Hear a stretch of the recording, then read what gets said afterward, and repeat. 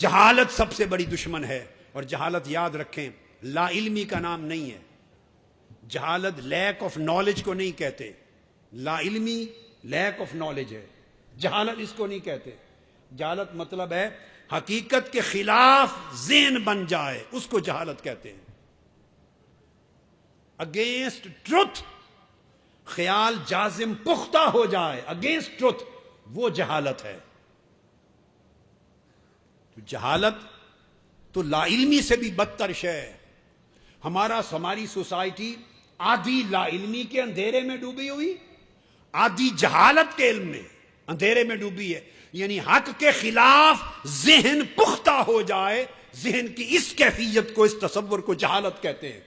یعنی کوئی دن کو رات سمجھنے لگے, یہ جہالت ہے. یہ جہالت نہیں ہے کہ اس سے پوچھیں وہ کہیں مجھے پتہ نہیں دن ہے یا رات ہے.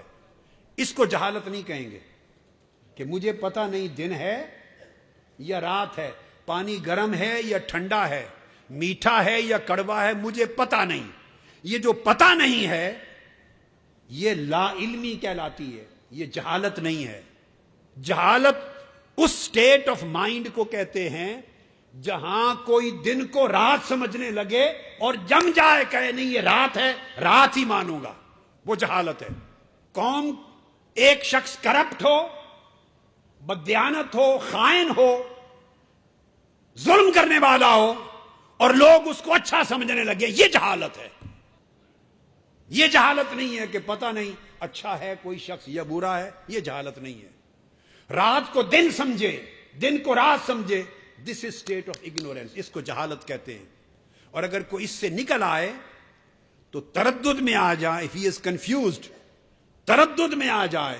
پہلے تھا ذہن پختہ, جم گیا تھا, دن کو رات کہنے پر یا رات کو دن کہنے پر, میٹھے کو کڑوا کہنے پر, کڑوے کو میٹھا سمجھنے پر, سخت کو نرم سمجھنے پر, نرم کو سخت سمجھنے پر ذہن جم گیا تھا, وہ جہالت تھی. اب وہ جماؤ سے ہٹ گیا. Now he is in a state of confusion. وہ تردد کہتے ہیں اس کو, neither here nor there, اس کو سمجھ نہیں آ رہی. تو تردد میں اگر وہ 50-50 ہو جائے, بالکل مڈل میں, آدھا ادھر آدھا ادھر, نہ دن کا اقرار کرے نہ رات کا اقرار کرے, تردد کے سینٹر میں آ جائے تو اس کو شک کہتے ہیں, ڈاؤٹ, اس کو ریب کہتے ہیں, شک.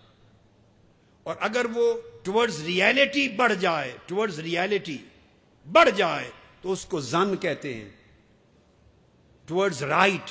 اگر ٹورڈز رانگ, غلط فہم کی طرف نیچے چلا جائے تو اس کو وہم کہتے ہیں, وہم. تو اگر کوئی شخص ایسے پروسیس سے گزرے کہ غلط جزم سے بھی نکل جائے, اس غلط جھوٹی ضد سے, وہم سے بھی نکل جائے, شک سے بھی کراس کر جائے, ظن کو بھی کراس کر جائے, اور حق کے حق ہونے کا یقین ہو جائے, اس کو علم کہتے ہیں. تو جب حق کی پہچان ہو, اس کی معرفت ہو اور اس کے حق ہونے کا یقین ہو, جب علم یقین میں بدلتا ہے, انڈرسٹینڈنگ آپ کی یقین میں, اویئرنیس یقین میں بدلتی ہے, اس کو علم کہتے ہیں. اس لیے علم مردہ کو زندہ کرتا ہے, بے شعور کو شعور دیتا ہے, اندھے کو آنکھ دیتا ہے, اس کے اندر تحرک پیدا کرتا ہے, عزم پیدا کرتا ہے, اسے منزل کی طرف چلنے کا عزم دیتا ہے, اور وہ سوسائٹی میں کچھ نہ کچھ پروڈیوس کرتا ہے.